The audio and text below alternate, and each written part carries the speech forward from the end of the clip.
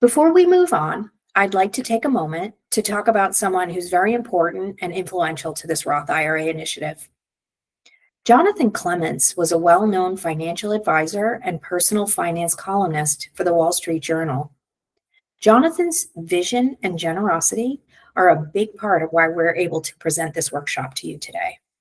Jonathan launched the Getting Going on Savings initiative to empower young adults, including participants in Boston's youth employment programs, to build strong financial habits and invest in their future.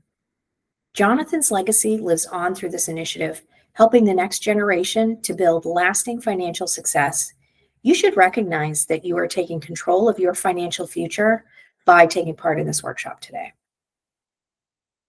Now, I'd like to tell you a little bit about Bank on Boston and some resources available to city residents. Many of you may already know that Bank on Boston, the Center for Working Families, and Mayor Wu want to make sure that you have all the information and resources that you need to earn money, save money, and reach your personal financial goals.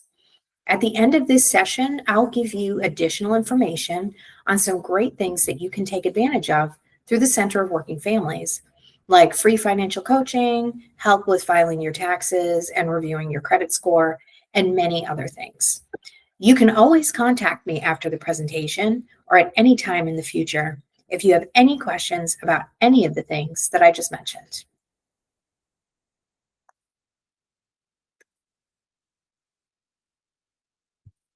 Now that you know that our focus today is to help you save for the future, let's move into our main topic, Roth IRAs. Let's imagine for a moment that what your future might look like in the next 5 to 10 years or even further out. What kind of life do you see yourself living a few years down the road?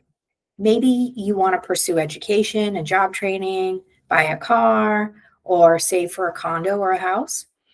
Maybe you picture yourself spending time with family, pursuing your hobbies, or a side hustle. Whatever it is that you are thinking of, imagine that in that future, you could have the financial security to have the freedom to build life on your own terms. And here's the key.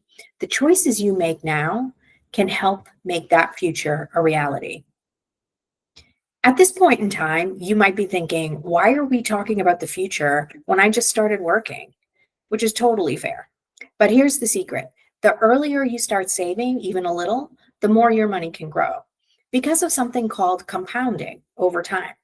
If you don't know what compounding means, don't worry. We'll be talking more about that later in the presentation. Since you're just starting out, I know that you might feel like you don't have a lot of money right now, and that's totally okay. But what you do have is time, and that's even more powerful. The earlier you start saving and investing, the easier it becomes to grow your money over time, even if you're starting out with just small amounts. If you start contributing and saving around age 18, your money could have 40 or even 50 years to grow between now and retirement. That kind of blows your mind, right? So remember, you don't have to be rich to start. You just have to start early and let time do a lot of the work for you. This means that whatever goals you have, whether traveling or creating financial security in your life, the earlier you begin saving and investing, the more time your money has to grow and get you closer to those goals. Even if you're only putting away $10 or $20 a month, it adds up. What's important right now is not the amount.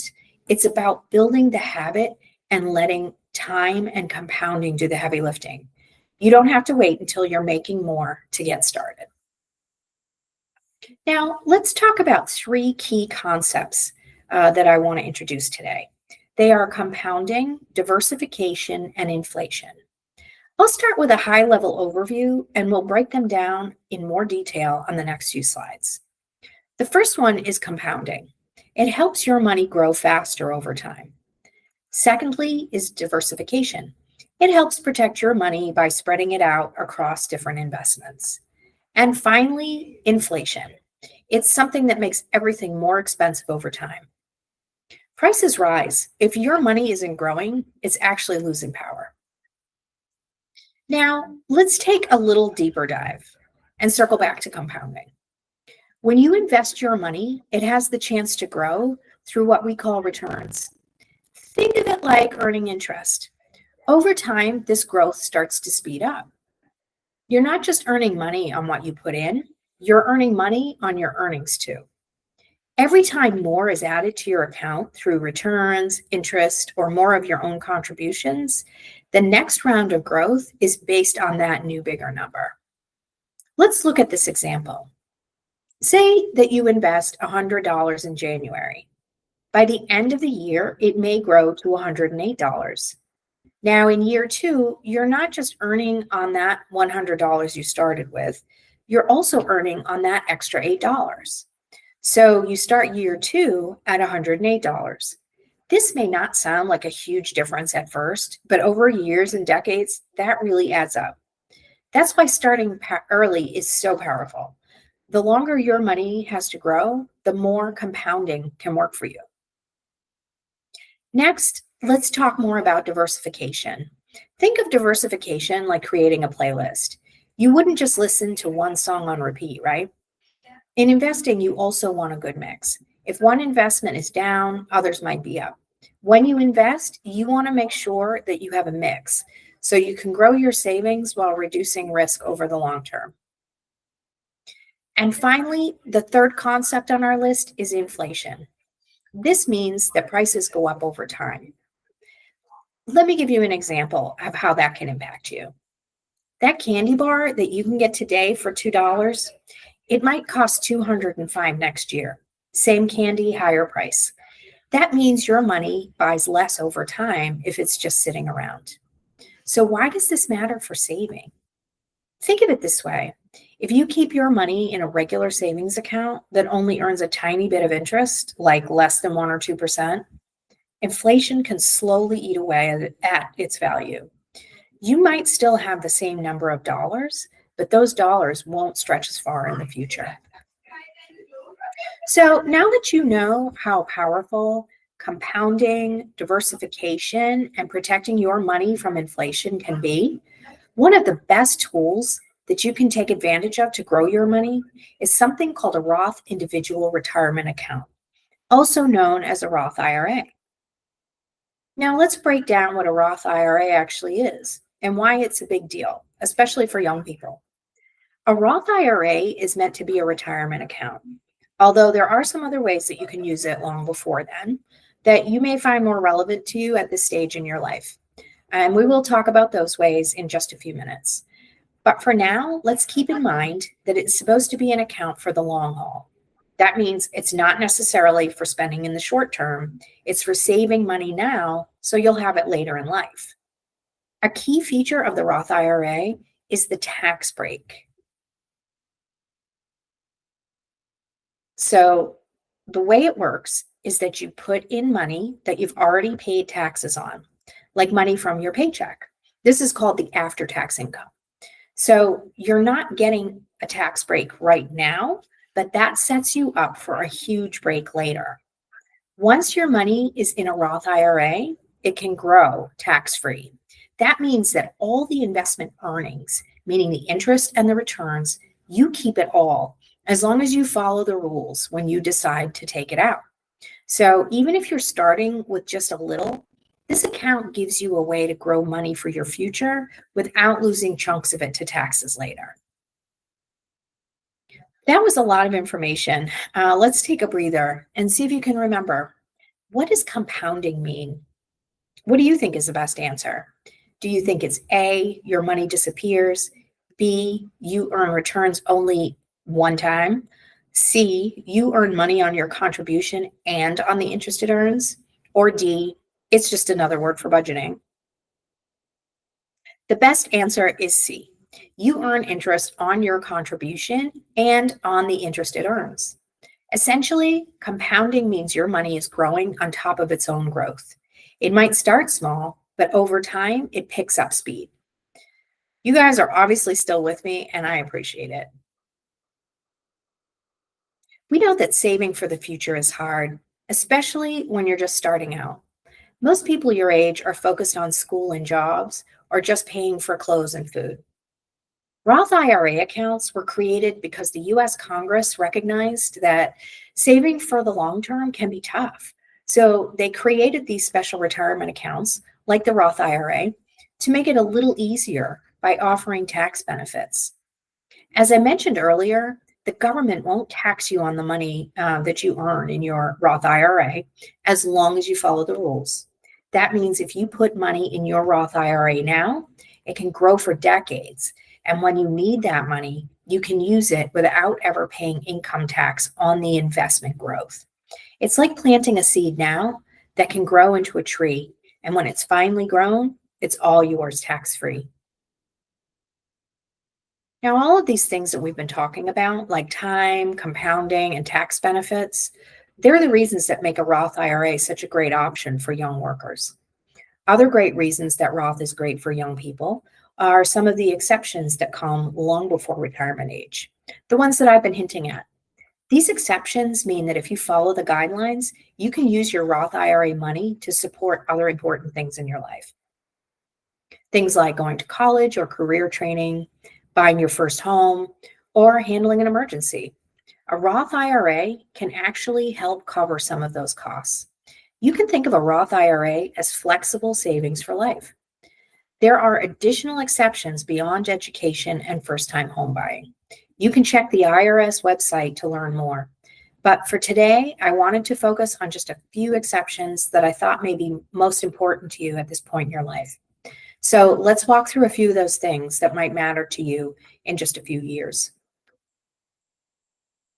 You can use your Roth IRA to reach these important goals.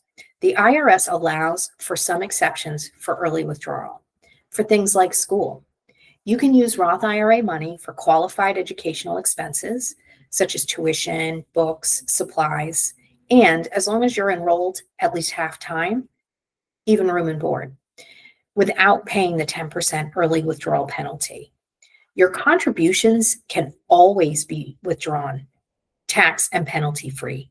However, earnings are taxable if withdrawn for education before the age of 59 and a half.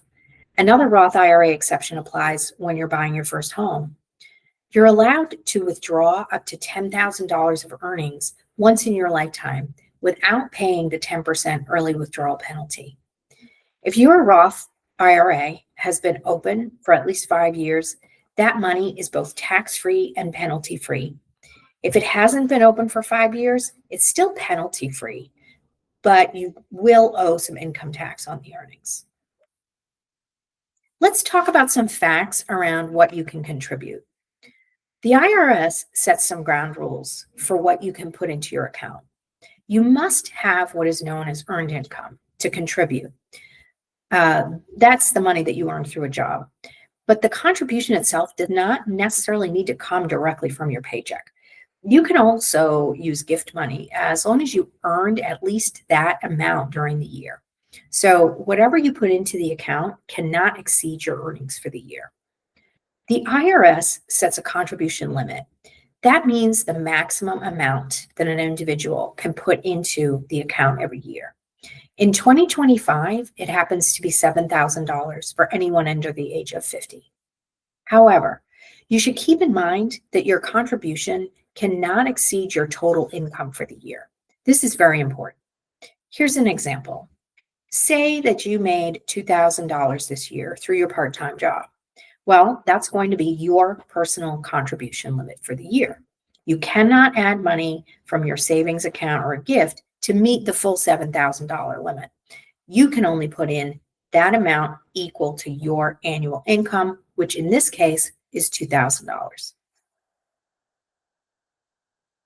I'd like to tell you a little bit more about Roth IRA rules, but before we get into that, here's the simplest and most important thing to remember about a Roth IRA.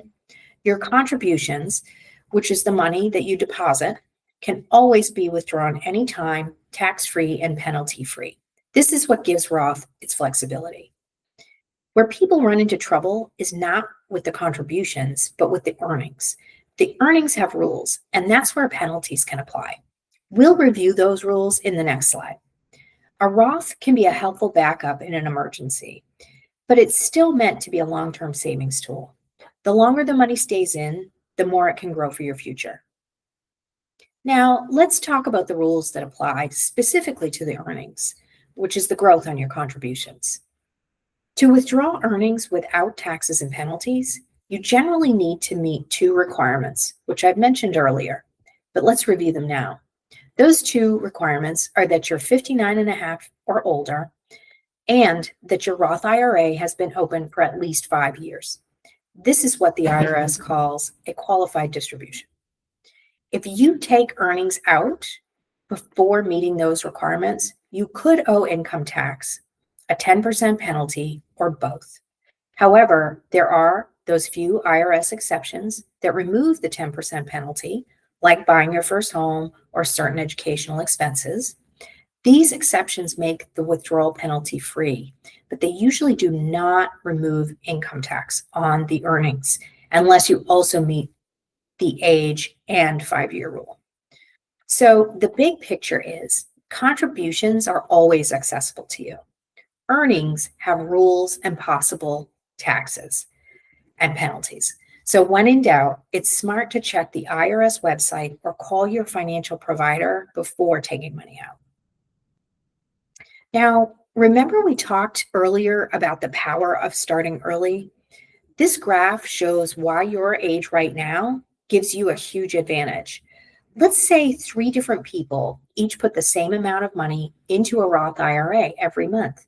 One starts at age 20, one waits until 25, and the last starts at age 30. They all stop contributing at the same age, let's say 65. Now, look at the difference in their results. The person who started at 20 ends up with the most, often tens of thousands of dollars more, even though that they didn't put in their money, they didn't put in more money than the others. That's the power of compound growth over time. Starting at 25 or 30 is still helpful, but you can see how those 5 or 10-year delays make a big impact. The earlier your money has a chance to grow, the more it can build on itself. So even if you're just starting small now, like $10 or $20 a month, it's about time, not perfection. That's why starting in your teens or early 20s can seriously set you up for the future. Let's review the idea of when you can take the money out. As I mentioned, this account is designed for the long haul. Ideally, you should keep your money in the Roth IRA for decades, because if you follow the rules and wait, you won't owe any taxes when you take the money out. And that's a big deal. As we know, you can always take out any money that you put in, and that's what we call the contribution, without penalties or taxes. But if you do dip in too early, you miss out on all of that potential compound growth over time. So the bottom line is that the longer you leave it in, the more it can grow, and the better your future self will feel about your choices today. Now let's do another quick knowledge check. When should you start saving for retirement? Is it A, after college, B, when you're 30, C, as soon as you can, even with a small amount, or D, when you make a lot of money? The best answer is C. Start when you can, even with a small amount. Now, at this point in the presentation, you may be thinking that this sounds like something that you may be interested in, but you don't know how to get started. When you're just getting started and not sure how to choose investments, a target date fund can be a really smart option. Here's how it works. You pick a fund based on the year that you think that you might retire. So if you're around 18 now, a target date fund for the year 2070 could be a good fit for your age group. Now, what's cool about this type of fund is that it automatically adjusts over time. When you're young, it starts off investing more in stocks, which have higher risk, but also higher potential returns. As you get older and closer to retirement, it gradually shifts your money into safer options like bonds. Basically, the fund does the work for you, managing the balance between risk and safety. So you don't have to worry about rebalancing your investments every few years. It's a set it and forget it kind of option, which is great when you're just starting out. So if you're thinking, I want to invest, but I don't know where to begin, this could be a good option for you. Now, here's an example of what we just talked about. You don't need to be an expert, although you may get there someday, but it's okay to begin with a target date fund when you're just starting out. The slide here shows a sample fund where the fund starts at 90% stocks and moves into a transition balance of 60 to 40% and 50-50 balance by retirement. Now, the basics of the target fund are that they invest 90% in stocks when you're younger, slowly shift to more bonds over time. They are very low cost.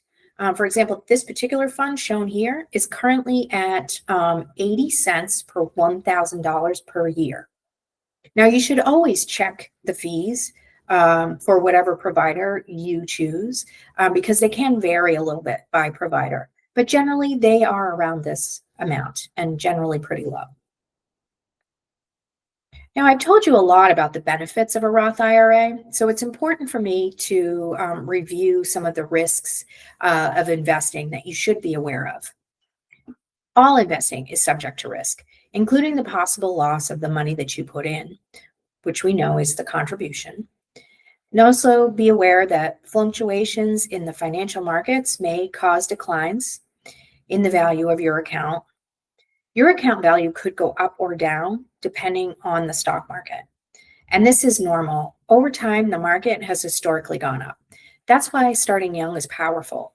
You have time to recover from ups and downs. Safer investment options like target date funds help balance the risks. Now that we've covered these risks, let's talk about some basics for success to keep in mind for when we are ready to invest. Always work with a reputable firm. Reputable firms like Vanguard, Fidelity, or Schwab can provide you with guidance or education about how to make the best decisions for your investment portfolio over time. You should always avoid potential schemes and scams like crypto hype or TikTok finance gurus.